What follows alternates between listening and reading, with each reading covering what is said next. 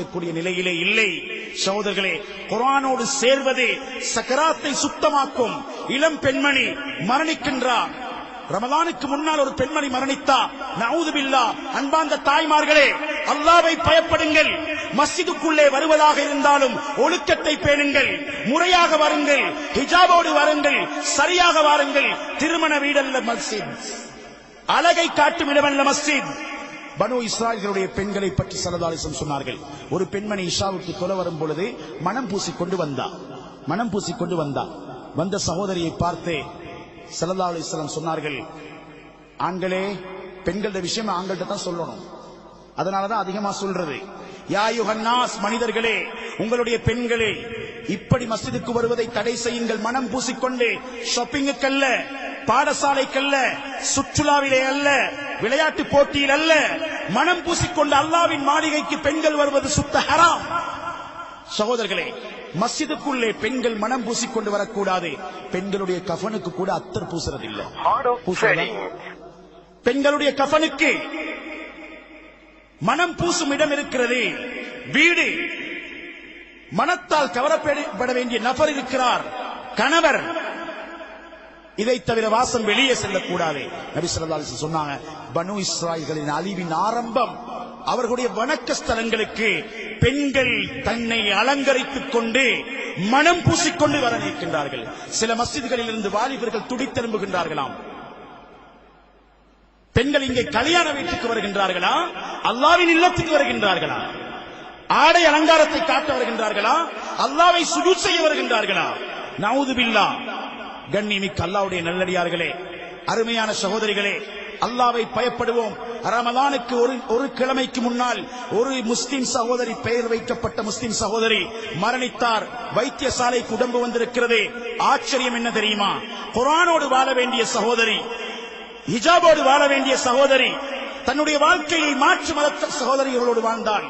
மாற்று மத சகோதரியை போன்று பிரயாணங்களை செய்தார். தன்னுடைய உடம்பை அலங்கரித்தார். உடம்பு வந்திருக்கிறது. முஸ்லிம் சகோதரர் சொல்லுகின்றார், நான் நினைத்தேன் இது முஸ்லிம் அல்ல, மாற்று மத சகோதரி. பச்சை கூட உடம்பிலே குத்தி இருந்ததாம். நஊது பில்லாஹ். வாழ்ந்தோம், வலா தமூதுன்ன இல்லா வ அன்தும் முஸ்லிமூன். வாழ்வது முஸ்லிமாக வாழ்வது சாதனை அல்ல, முஸ்லிமாக இறப்பது சாதனை, முஸ்லிமாக மரணிப்பது சாதனை. சகோதரர்களே, மரணித்து விட்டார். 3 மதக்காரர்களும் வந்திருந்தார்கள் உடம்பை எடுப்பதற்கு. பௌத்தர்களும் வந்திருந்தார்கள், இந்துக்களும் சொன்னார்கள், கிறிஸ்தவர்களும் வந்தார்கள், முஸ்லிம்களும் கேட்டார்கள். கடைசிக்கு அந்த முஸ்லிம் சகோதரி என்று பெயர் வைக்கப்பட்ட முஸ்லிம் குடும்பத்தை சேர்ந்த பெண்மணி, கவலையான செய்தி, அழுகை வரும் செய்தி, இரத்த கண்ணீர் வடிக்க வேண்டிய நிலைமை சமூகத்திலே இருக்கிறது. அல்லாஹ்வை பயப்படுவோம். ஆண்களே, விழித்தெழுங்கள், உங்களுடைய பொறுப்பு. பெண்களை நாம் அடிமைகளாக பார்க்கல, பெண்களை இஸ்லாத்தின் கண்களாக பார்க்கிறோம், மாணிக்கமாக பார்க்கிறோம், மிக உயர்ந்த இடத்திலே வைக்க நினைக்கிறோம், இஸ்லாம் வைத்த இடத்திலே. சகோதரர்களே, பொது மயானத்தில் உடம்பு புதைக்கப்பட்டது. பொது மயானத்தில் உடம்பு புதைக்கப்பட்டது. வாழ்க்கை எப்படியோ மரணம் அப்படி. 3 வீல் பிரயாணங்களா? மஹரமை பாருங்கள். சொந்தமாக தனியே ஒரு காரை ஓட்டி செல்வதை விட ஷாப்பிங் என்ற பெயரிலே, பெருநாள் உடுப்பு என்ற பெயரே, ஒரு தடவை பெருநாள் உடுப்பு போவோம், குடும்பம் சேருங்க, வாப்பா இப்ப முடிஞ்சு, தொராவி தொழமர தேவையில்லை, குடும்பத்தை கூட்டிக்கொண்டு போங்க. அப்படியே கூட்டிட்டு போகணுமா? முழு லிஸ்ட் வாங்கி கொண்டு போங்க. இது தாய்க்கு ஆடை வாங்க ஒரு தடவை, ஹிஜாப், மகளுக்கு உடுப்பு வாங்க இன்னொரு தடவை, மகளுக்கு ஸ்காப் வாங்க இன்னொரு தடவை, தாய்க்கு ஸ்காப் வாங்க இன்னொரு தடவை, மெஹந்தி மருதோண்டி வாங்க இன்னொரு தடவை. எதை செய்கிறோம் சகோதரர்களே? ரமலானிலே அல்லாஹ் இவ்வளவு பாக்கியமாக ரமலான் மாதத்தை தந்தது கடைசி 10 கேவலமாக கழிப்பதற்கா? அந்நியர்களுடைய கண்களுக்கு எமது பெண்களை இரையாக்குவதற்கா?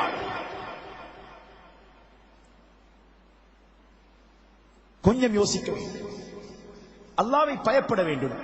வாங்கிக் கொண்டு வந்து உடுப்பு. இன்றைக்கு ஒருவர் சொல்லுகின்றார், மாத்திரத்துக்கு மட்டும் கிட்டத்தட்ட 10 தடவை போயிட்டாங்க. என்ன சகோதரர்களே, யார் இவர்கள்?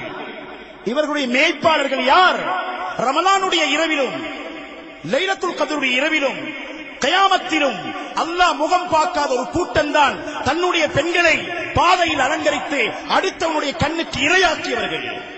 ஸ்காஃப கட்டுறாங்க, அதுக்கு மேலால இவ்வளவு மேல என்ன இது? நபி ஸல்லல்லாஹு அலைஹி வஸல்லம் லைவா பார்த்து சொன்னது மாதிரி இது. ஸல்லல்லாஹு அலைஹி வஸல்லம் சொன்னாங்களே, ஒரு கூட்டம் வரும், அவர்களுடைய ரூஸ் உன்ன காஸ்னிமத்தில் புக்த், முடியை மறைத்தாய், கொண்டையை மறைத்தாய். சகோதரர்களே, துருக்கியில் ஒரு பெண்மணி, அவருக்கு ஹிஜாப் அணிய முடியாது, முடியை காட்டிக்கொண்டுதான் எக்ஸாம் ஹாலுக்கு போகணும். ஒரு முடி தெரிபடுவது, அந்நிய ஆண்களுக்கு ஒரு முடியை காட்டுவது, தௌபா தௌபா தௌபா, அழுது அழுது செய்தாலும் வெளியே செல்லும் பொழுதே அந்நியானுக்கு முடி தென்பட்டால் தௌபா முழுக்க பாழாகிவிடும். கபருடைய வாழ்க்கை வேதனையிலே மாறும். ஹஜ்ரத் உஸ்மான் ரலியல்லாஹு அன்ஹு கொலை செய்யப்பட போகின்றார்கள். வீட்டுக்குள்ளே எதிரிகள் வந்து விட்டார்கள், வாழ்வீச்சு நடக்கிறது. வீட்டுக்குள் இருந்த மனைவிக்கு தாங்க முடியுமா? தனது கணவனுக்கு உயிர் கொலை அச்சுறுத்தல். வந்தார்கள் வேகமாக தன் கணவனின் பாதுகாப்புக்கு. சாதாரணமான ஒரு பிளாஸ்டிக் வியாபாரி வந்தாவே வேகமாக கணவனை விட வெளியே செல்லும் பெண்கள் இருக்கின்றார்கள். ஒரு மீன் வியாபாரியோடு கணவனை விட தெளிவாக பேசும் சகோதரிகள் இருக்கின்றார்கள். சகோதரர்களே, இது ஒரு மிக பிரதானமான பகுதி. இதை நாம் சர்வசாதாரணமாக விடக்கூடாது. எமது வாழ்வும் எமது அழிவும் இந்த தலைப்போடு தான் சம்பந்தப்படுகிறது. இதைத்தான் ஸல்லல்லாஹு அலைஹி வஸல்லம் சொன்னார்கள். உஸ்மான் ரலியல்லாஹு தன்னுடைய உயிர் பிச்சை கேட்டு, அதாவது உயிர் பாதுகாப்பு கேட்டு மனைவி ஓடி வருகின்றார். சுப்ஹானல்லாஹ். அந்த நேரத்தில் ஒரு வார்த்தை சொன்னார். அன்பார்ந்த ஆண்களே, அந்த பரம்பரைக்கு சொந்தக்காரர்கள், உஸ்மான் ரலியல்லாஹு தன்னுடைய இரத்தத்துக்கு சொந்தக்காரர்கள், அந்த பரம்பரையில் வந்து இஸ்லாத்துக்கு சொந்தக்காரர்கள் நாங்கள். சொன்னார்கள், உதுகுலி ஃபஹ்தஜிபி, உள்ளே செல் பெண்ணே, உன்னை மறைத்துக்கொள், பர்தாவை போட்டுக்கொள், நீ வெளியே வர வேண்டாம் என்று உயிர் போகட்டும் சொன்னாங்க. ஃபஇன்ன கத்லி அஹ்வனு இலைய மின் ஐயரா ஷஅரகி அஜ்னபியுன், ஒரு மஹரம் இல்லாத ஆண் உங்களுடைய மயிரை பார்ப்பதை விட என்னுடைய உயிர் போகட்டும் என்று சொன்னார்கள். உஸ்மானிய ஈமான், இஸ்லாமிய பண்பாடு எங்கே பார்ப்பது? எங்கே பார்ப்பது? அப்போ ஒரு பெண்மணி குர்ஆனோடு மௌத்தானா அரபு நாட்டில். அந்த தாய் இன்றும் அந்த குர்ஆனை வச்சு வாகனம் ஓட்டிக் கொண்டிருக்கும் பொழுது வேகமாக வாகனம் செல்லுகிறது. சகோதரர்களே, விபத்துக்குள்ளான பெண்மணி, குர்ஆன் அந்த பெண்ணுடைய ரத்தம் தெரித்திருக்கிறது குர்ஆன்ல. இந்த தாய் இன்றும் எடுத்து வைத்து அழுகின்றா, என்னுடைய மகள் எப்பொழுதும் குர்ஆனோடு இருந்தா, அவருடைய மரணமும் குர்ஆனோடு வந்தது. இப்படியும் இருக்கிறது. அந்நியர்கள் கொண்டு போய் அடக்குவதற்கும் கேட்கும் பெண்களும் இருக்கின்றார்கள். ஆண்களிலும் இது விலக்கல்ல.